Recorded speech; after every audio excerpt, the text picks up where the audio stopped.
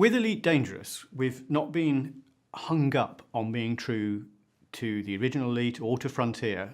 What the priority has been to make a great game.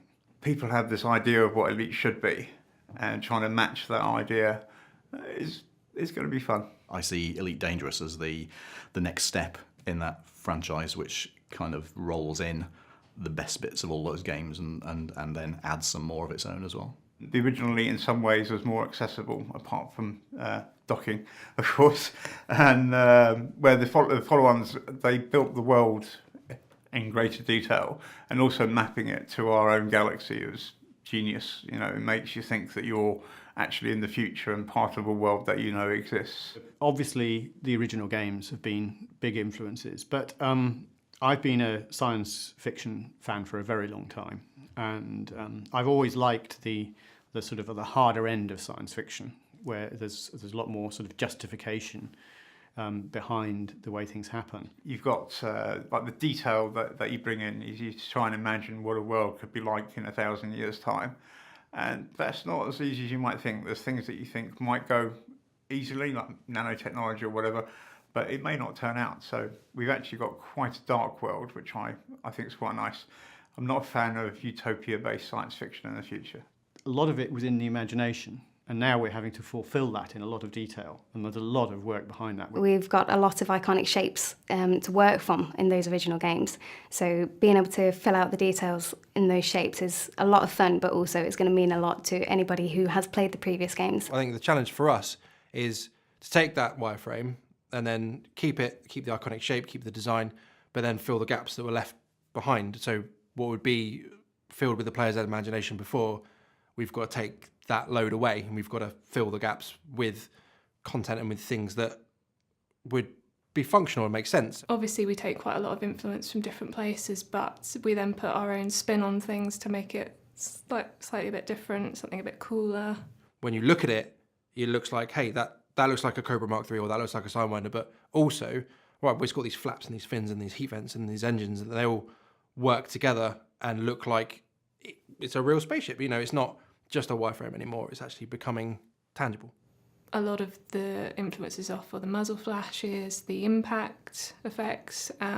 Rather than trying to make them all look the same, we want to mix it up a bit, make them all look a bit different, especially the bigger weapons like the sort of plasma guns. We want them to look a bit cooler, so we try and do something a bit different with those. I think the hardest part of bringing the original Elite up to date was trying to create fully immersive environments. Whether that be the cockpits, the exteriors of the ships, whether that be the asteroids or the planets, there's a huge amount of work that goes into every element. I think one of the big differences is bringing the cockpit into the world. It's something that you can feel like you're almost inside of. When we make the cockpits, we're trying to bear in mind any future changes that might take place. And that could be the implementation of a secondary pilot, or in some cases a tertiary pilot. So we need to make sure that we leave a physical space that's going to enable somebody to sit in that seat. So in Elite Dangerous, we've got 400 billion systems. And for us, making sure that there's something exciting, something thrilling, something dangerous, something interesting to do in each of those systems is a real priority. Creating something with the scope of the galaxy is an enormous task in itself. And we're relying on procedural techniques to obviously realise that. But making those techniques look good as well as be accurate, I think is a big challenge. Elite is such a completely different game from the games that we've done in the past. I mean, our earlier games have quite often been nice static landscapes with one sunlight shining down on them, and then we began this project and everything moves, everything travels in different directions, and everything has about 300 lights on it. Planets look more like, you'd imagine them to be the surface of stars. We're actually modelling those, and you can see up close all the plasma jets and, all the richness that's going on there. The technology now that we have available to us is so much more powerful that it can be kind of difficult to know where to stop. There's missions, there's simulations going on, and things change in response to your actions. So I think it's just a much deeper and richer world. Things like the docking procedure, they now have more depth. The player goes inside the station, they see what's going on behind the scenes, where previously we could only show, entrances and exits of the stations. Our systems can have more complex relations with each other than they ever could before. We can have more evocative trade goods. We can really sort of just dial up the whole experience for the player.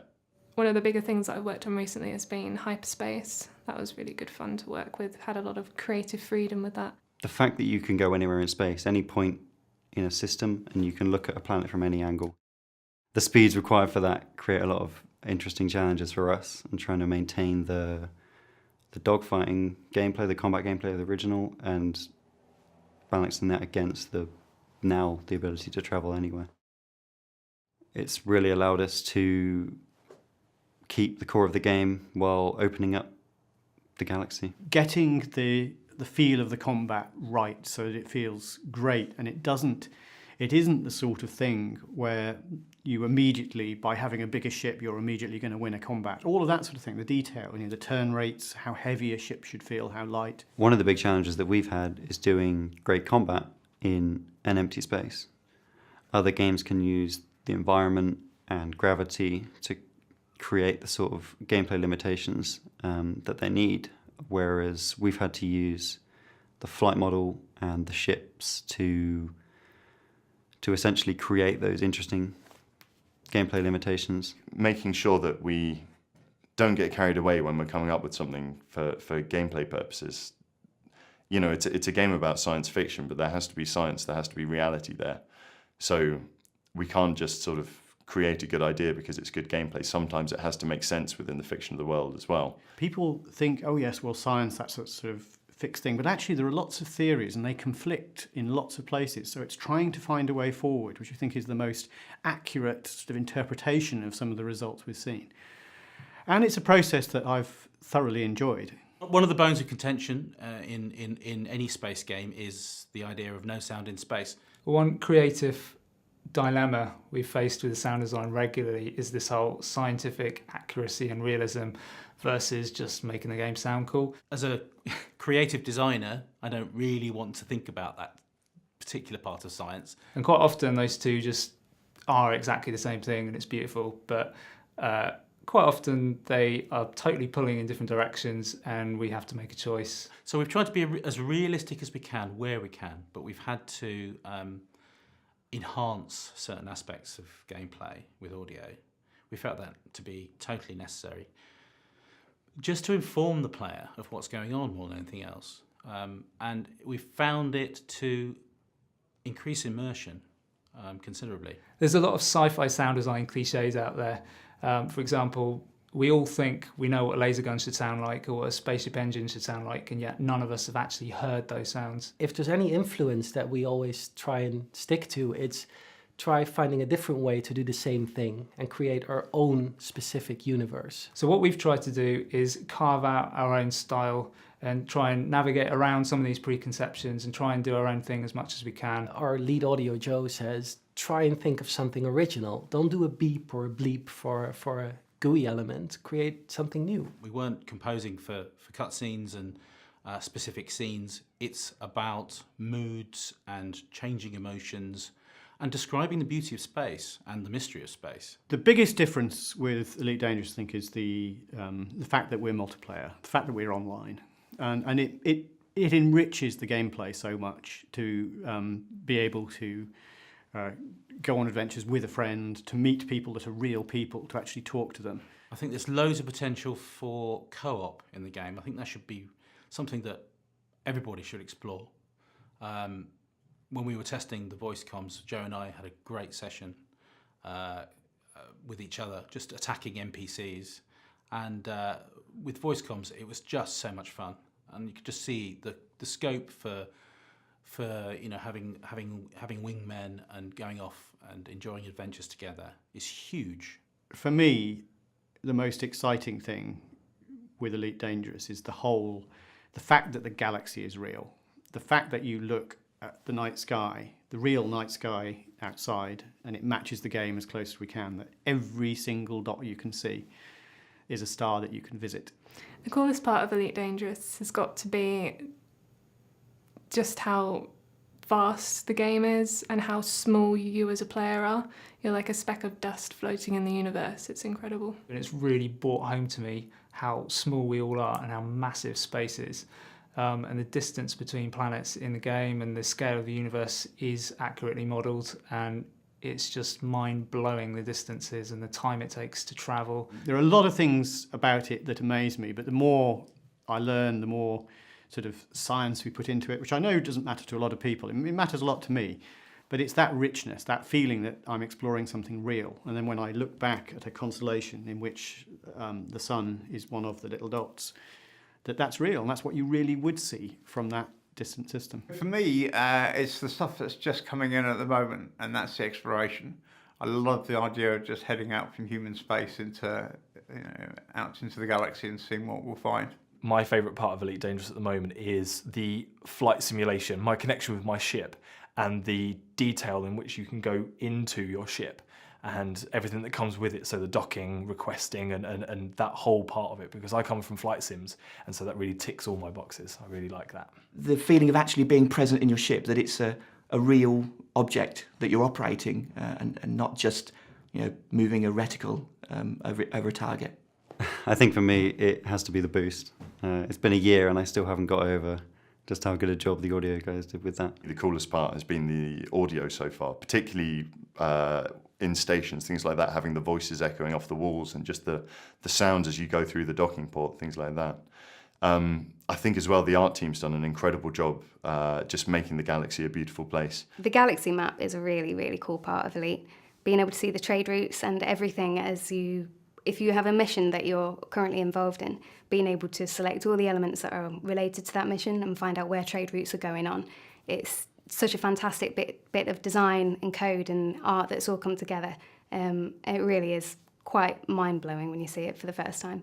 The coolest part of Elite Dangerous is when you fire out a heatsink and all your glass froths up. It gives you that real, that ability to have a stealth type of experience, which is really sort of visceral. It encloses you in that cockpit. You're there literally sort of hiding in the vastness of space. And that's the thing, it brings this whole vast galaxy centred down on you and the pit of your stomach and the feeling as you're sneaking around. I think that's amazing. The coolest part of Elite Dangerous for me is playing it on Oculus Rift. Just the experience of like sitting in the cockpit and like seeing space all around you. It's just, a new world of gaming, really. When I put the Rift headset on for the first time, I was absolutely amazed. It didn't matter that it wasn't high definition, it wasn't one of the later versions of the kit, it was just an amazing immersive experience. I was in the Sidewinder, and looking all around me, I could see everything that was around the chair, all the plates on the floor. Also the handrail, the grab rail was right in front of me, and it really makes you want to just reach out and touch it. When we were first testing Super Cruise, and we had a planetary system with rings, and going to Super Cruise and you're flying in, and then as you got closer, it wasn't just a texture, it wasn't anything, you could see actual asteroids, and you could fly in, and then I'm in an asteroid field. That, for me, that was like a pivotal, like, this is amazing! No, we get to play with spaceships. What else do you want to say about this? With some people that really love spaceships as well, so everybody's like... Making Elite Dangerous has been fantastic for us. It's been a very enjoyable experience. But I think probably the most important thing is all the support we've had from people sort of outside the company as well as the people here. I love the relationship we have between the developers and the backers. It's great getting feedback from them and ideas from them. It pushes us to do a better job. It gives us ideas. People who've come as backers have been very supportive, Elite ambassadors. All of the people who have been evangelising the game on forums, playing it, people in the DDF, the book authors, all of the people who have helped us have been really amazing. You know, the support the game has been getting around the world is absolutely fantastic. So a big thank you from me and from all of the team here for making this happen. It's a fantastic opportunity. As you can see, we're doing our absolute best to make it as good as we can. We're not going to stop when we release the game. There are a lot of exciting things we'll do in the future as well. So a big thank you from me and from everyone here.